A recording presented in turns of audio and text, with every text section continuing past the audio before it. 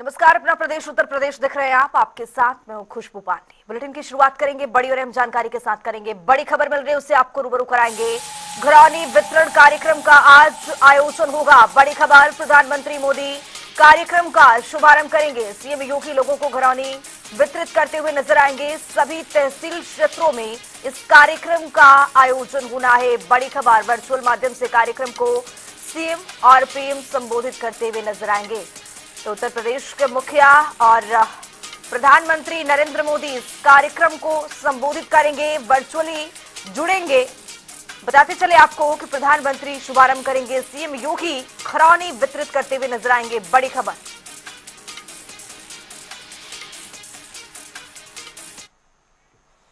Bulletin में आगे बढ़ेंगे। प्रयागराज से एक बड़ी जानकारी मिल रही है उससे आपको रूबरू कराएंगे। बड़ी खबर, कई दिग्गजों का प्रयागराज दौरा है। बड़ी जानकारी, रक्षा मंत्री राजनाथ सिंह भी आज प्रयागराज के दौरे पर हैं। राजस्थान के सीएम का आज प्रयागराज दौरा है। यूपी के डिप्टी सीएम केशव प्रसाद मौर्य भी आज प्रयागराज के दौरे पर हैं। विभिन्न कार्यक्रमों में शामिल होंगे और आज संगम में डुबकी भी लगाएंगे। बड़ी खबर आपको दे रहे हैं।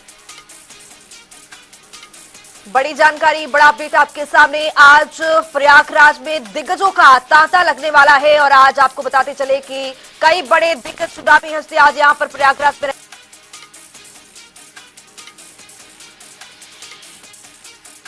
राजस्थान के सीएम का प्रयागराज दौरा है। सैयद मोहम्मद आमिर प्रयागराज से हमारे सहयोगी हमारे साथ जुड़ रहे हैं ज्यादा जानकारी के साथ। सैयद, क्या अपडेट? आज रक्षा मंत्री राजनाथ सिंह, राजस्थान के मुख्यमंत्री प्रयागराज के दौरे पर रहने वाले हैं।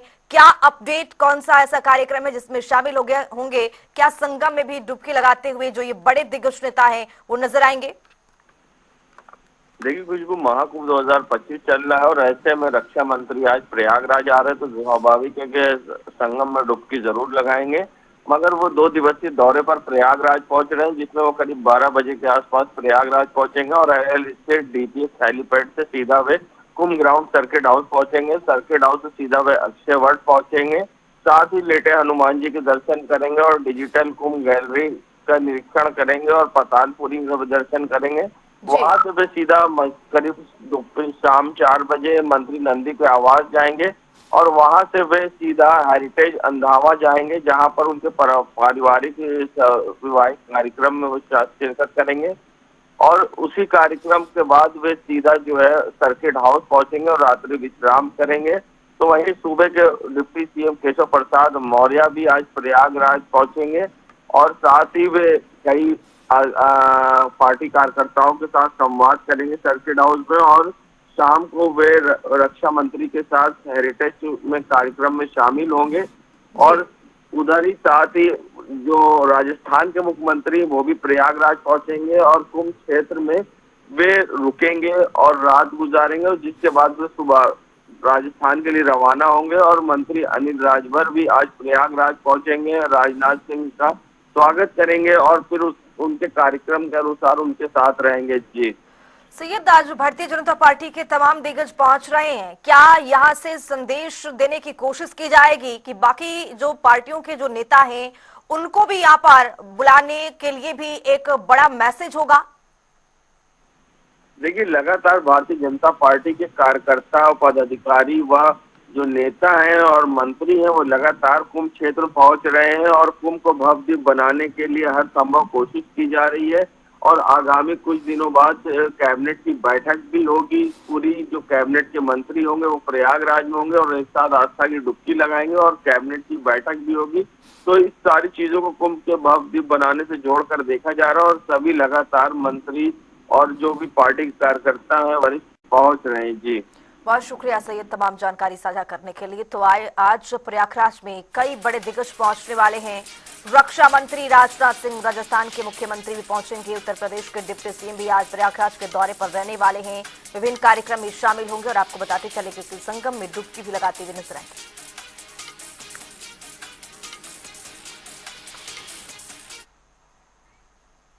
प्रयागराज में विश्व के सबसे बड़े धार्मिक मेले का महाकुंभ में आयोजन किया जा रहा है। महाकुंभ में विभिन्न रंग देखने को मिल रहे हैं। इसी के चलते देर रात किन्नर अखाड़े के संतों ने विशेष पूजन का आयोजन किया है। देखिए, हमारे संवाददाता ने खास रिपोर्ट तैयार की है, इसको देखिए आप। किन्नर अखाड़े में जहां आज हवन और पूजा हो रही है, और इस हवन पूजा बहुत कम ही लोग देख पाते हैं क्योंकि ये रात में हो रही है और मध्य रात्रि में ये हवन पूजा हो रही है। और महाकुंभ में जो किन्नर अखाड़ा है वहां पर इस तरह की पूजा हो रही है, खास पूजा। आप देख सकते हैं किस तरह से हाथों में खोपड़ी और साथ में यहाँ पर हवन है, और साथ ही पूरी हवन सामग्री के साथ पूजा हो रही कामना के लिए। और सबसे बड़ी बात है कि लाल सिंदूर से इसमें आरती होती, पूजा होती है। हम बात करेंगे किन्नर अखाड़े की, महामंडलेश्वर है कौशल्यानंद गिरी जी। ये बताइए, आज आप लोग हवन कर रहे हैं, रात का समय है, ये पूजा बहुत कम ही लोग देख पाते हैं, किस तरह से कल्याण के लिए आप लोग कामना कर रहे हैं, क्या पूजा कर जी, आज हम सब कोई किन्नर अखाड़े के जितने भी महंत, श्री महंत, पीठाधीश्वर, महामंडलेश्वर, सब कोई मिल के हम लोग ने कामाख्या माँ का जूनी कुंड में हवन किया। इसके मेन उद्देश्य यही है कि हमारे देश उन्नति करे, और जितने भी हमारे जो कुंभ में जो लोग आ रहे हैं उनका सुरक्षा हो, और हमारे जो 2025 का जो प्रयागराज में कुंभ लगी है, 144 वर्ष के बाद ये अवसर मिला है, ये कुंभ बहुत अच्छे से संपन्न हो और बहुत सुरक्षित तरीके से इस कुंभ संपन्न हो। इस तरीके से हम लोग ने आज इस संकल्प के साथ यहाँ पे हवन पूजा पाठ किए। तो हम गंगा मैया से और कामाख्या माँ से यही कामना करती हूँ कि हमारा जो 2025 का कुंभ बहुत सफलता के पूर्वक संपन्न हो। मैं यही चाहती हूँ। आप लोग से और लोग से भी बात करेंगे। यहाँ पर जो आप लोग पूजा कर रहे थे, ये पूजा रात में की जाती है और बहुत कम लोग को शामिल किया जाता है, तो क्या इसकी खास वजह हो? रात को पूजा किया जाता है, जैसे शांति के लिए एकदम पूजा करा जाता है, एकदम शांति के लिए। और लोग से बात करेंगे। जिस तरह से आप देख सकते हैं ये हवन है, हवन कुंड में त्रिशूल है, नींबू है, और यहाँ पे विदेशी किन्नर भी पहुंचे हैं, विस्तार हो रहा है कौशल्यानंद गिरी के नेतृत्व में। ये बताइए, आप लोग ने आज हवन किया, मंत्र उच्चारण किया है, और ये जूनी जो हवन होता है इसकी क्या विशेषता होती है, क्योंकि रात में करते हैं और बाहर कोई इसमें नहीं शामिल हो सकती है? जी जी, रात में करने का इसका प्रयोजन एक ही है कि दिन में जैसे अभी लोग आते हैं, भक्त आते हैं, तो दर्शन हम हवन कुंड में आहुति नहीं दे पाते, मंत्रोच्चारण नहीं कर पाते, डिस्टर्बेंस होता है, इसलिए रात में किया जाता है। और तंत्र हवन है तो इसके लिए सूर्यास्त के बाद ही इसका करने का विधान है। किसी भी वजह की कोई डरे ना इस वजह से हवन में, क्योंकि बहुत सारी सिद्धि और बहुत सारी चीजें होती है इस वजह से। जी, ऐसे भी देखिए, और जैसे इसमें बलि दी जाती है, अलग अलग प्रकार की बलियां होती है, लेकिन जैसे आप गंगा माई के गोद में कोई बलि नहीं जाएगी, तो इसमें बलि जाएगी कुष्मांडा फल की, जो कि यहाँ पर जिसे शास्त्र में कुष्मांडा फल कहा गया, उसको बकरे के बराबर, जो बकरा है उसके बराबर कहा जाता है, तो उसकी बलि दी जाएगी यहाँ पर। विशेष पूजा हो रही कल्याण के लिए और कुंभ की सुरक्षा के लिए। और सबसे बड़ी बात है, यहाँ बलि नहीं दी जा सकती, इसलिए ड्राई फ्रूट्स और इसमें हवन में डाले जाते हैं, और जिससे कि ये पूरी पूजा हो सके। और इस हवन को रात में करा जाता है और कामाख्या मैया की इसमें नारे लगते हैं, और इसी तरह से यहाँ हवन हो रहा है। और विशेष हवन सुरक्षा के लिए जो देर रात्रि आज किन्नर अखाड़े में हुआ है। वीडियो जर्नलिस्ट सामू कुशवाहा के संग सैयद मोहम्मद आमिर, प्रयागराज। बुलेटिन में आगे बढ़ेंगे। बड़ी जानकारी मिल रही है, उससे आपको रूबरू कराएंगे। बड़ी खबर, कुंभ में होने वाली यूपी कैबिनेट की बैठक स्थगित हो गई है। बड़ी खबर, 21 जनवरी को होनी थी बैठक, भारी भीड़ की वजह से स्थगित हो गई है। अब फरवरी के पहले हफ्ते में बैठक हो सकती है। यूपी सरकार के सभी कैबिनेट मंत्री और राज्य मंत्री प्रयागराज आएंगे। खबर यह कि 21 फरवरी को जो बैठक होनी थी वो स्थगित हो गई है। बताते चले आपको कि कुंभ में होने वाली यूपी कैबिनेट की बैठक स्थगित हो गई है। 21 जनवरी को बैठक होनी थी, वो स्थगित हो गई है। भारी भीड़ की वजह से ये बैठक को स्थगित करना पड़ा है।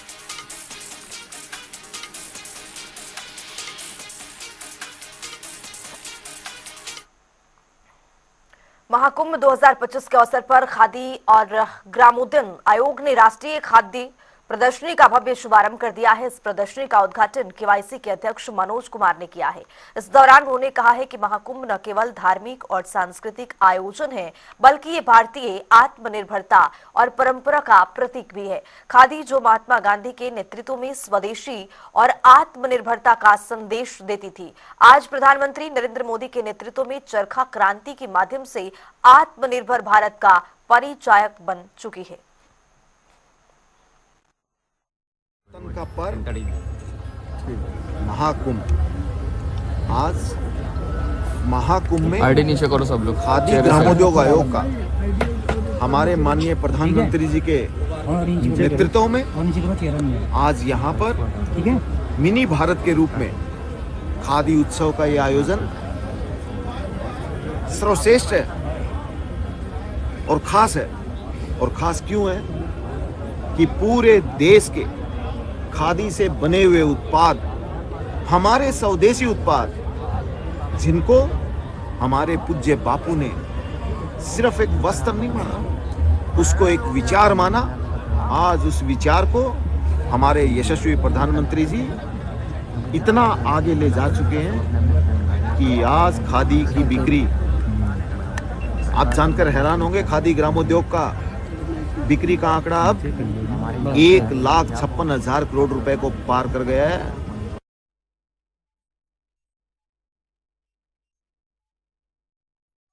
तो यूपी में कड़ाके की ठंड का दौर जारी है। प्रदेश के विभिन्न जिलों में सुबह कोहरा छाया रहा, साथ ही ठंडी हवाएं चलती रहीं, जिसके चलते लोगों को अलाव का सहारा लेना पड़ रहा है। वहीं इस ठंड का असर ट्रेनों पर भी देखने को मिल रहा है। बताते चले आपको कि कोहरे के चलते कानपुर में 36, वाराणसी में 9 और आगरा में 10 ट्रेनें अपने निर्धारित समय से लेट हो गई हैं।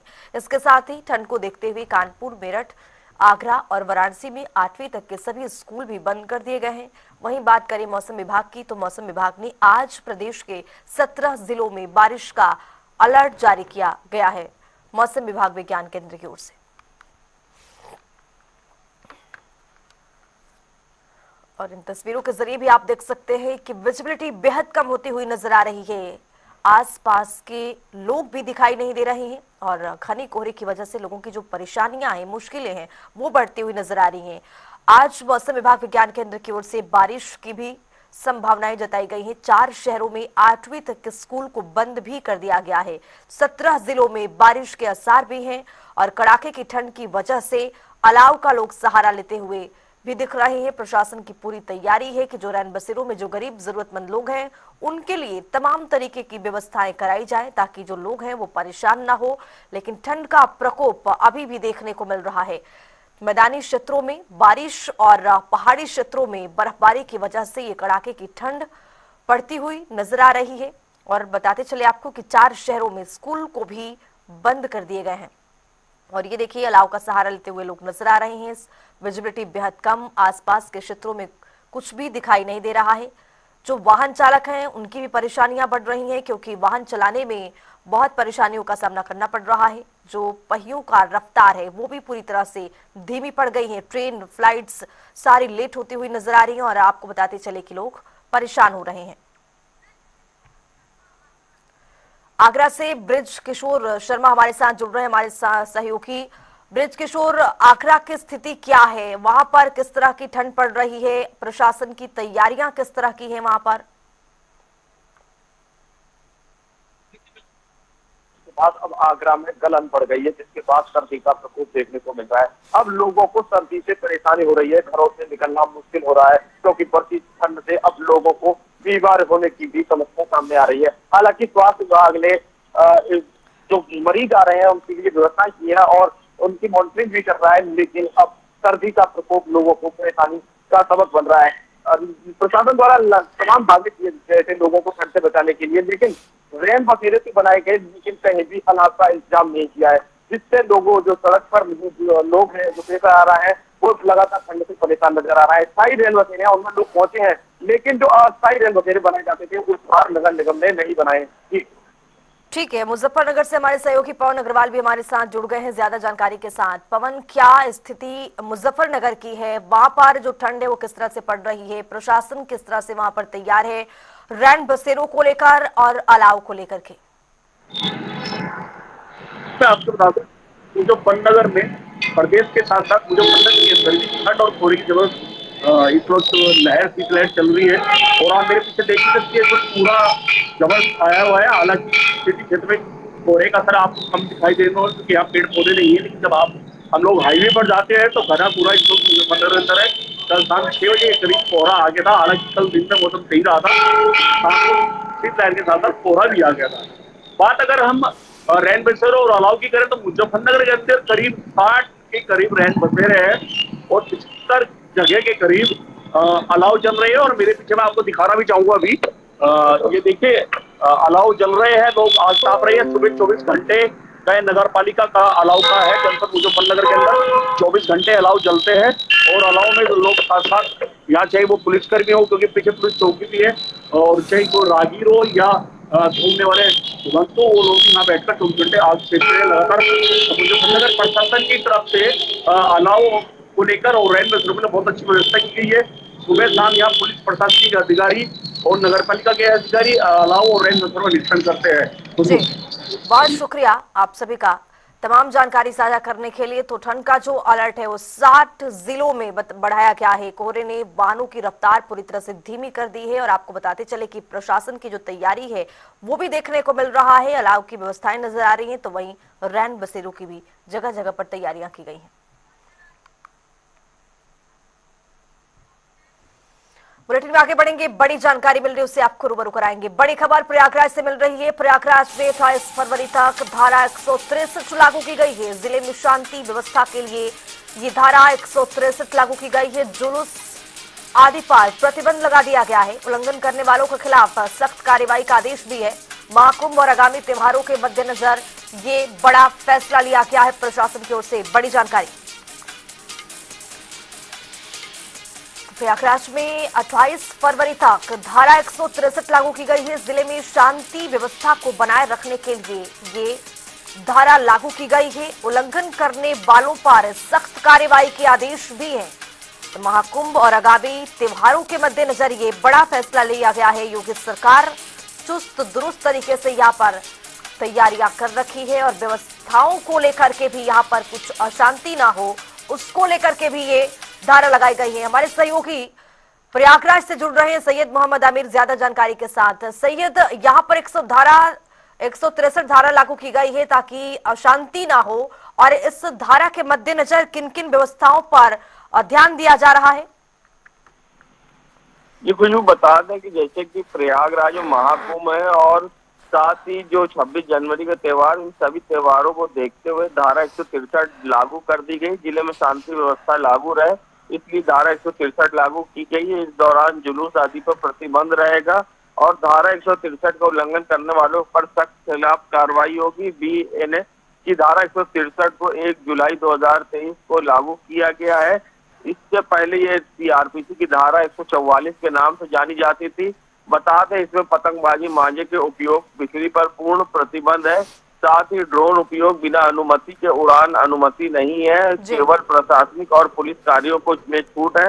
लाठी डंडा और हथियार, सिख समुदाय के कृपाल और दिव्यांग की सहायक डंडे को छोड़कर किसी प्रकार के हथियार लाठी डंडे पर रोक है। लाउड स्पीकर की ध्वनि प्रदूषण रात 10 बजे से सुबह 6 बजे तक लाउड स्पीकर उपयोग वर्जित है। धार्मिक और सार्वजनिक आयोजन, सड़क पर धार्मिक आयोजन की अनुमति नहीं है।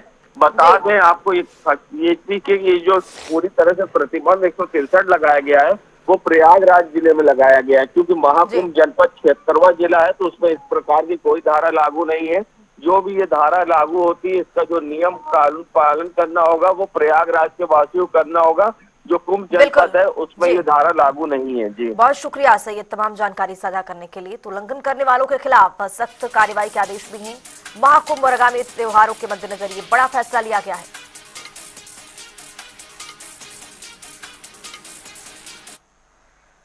इसी बीच बदायूं से एक बड़ी जानकारी मिल रही है, उससे भी आपको रूबरू कराएंगे। बड़ी खबर, जामा मस्जिद नीलकंठ महादेव मंदिर मामले में सुनवाई है आज। मुस्लिम पक्ष को आज इस पूरे मामले में बहस और अपनी दलीलें देनी है। मुस्लिम पक्ष का ये दावा है कि मामला सुनने योग्य नहीं है। तो आज इस पूरे मामले को लेकर जामा मस्जिद नीलकंठ महादेव मंदिर मामले में आज सुनवाई है। बताते चले आपको कि मुस्लिम पक्ष को मामले में आज अपनी दलीलें पेश करनी है। मुस्लिम पक्ष ने दावा भी किया है कि मामला सुनने योग्य नहीं है। फिलहाल इस बुलेटिन में अभी के लिए इतना ही। देश और दुनिया की तमाम खबरों के लिए बने रहिए जनता टीवी के साथ।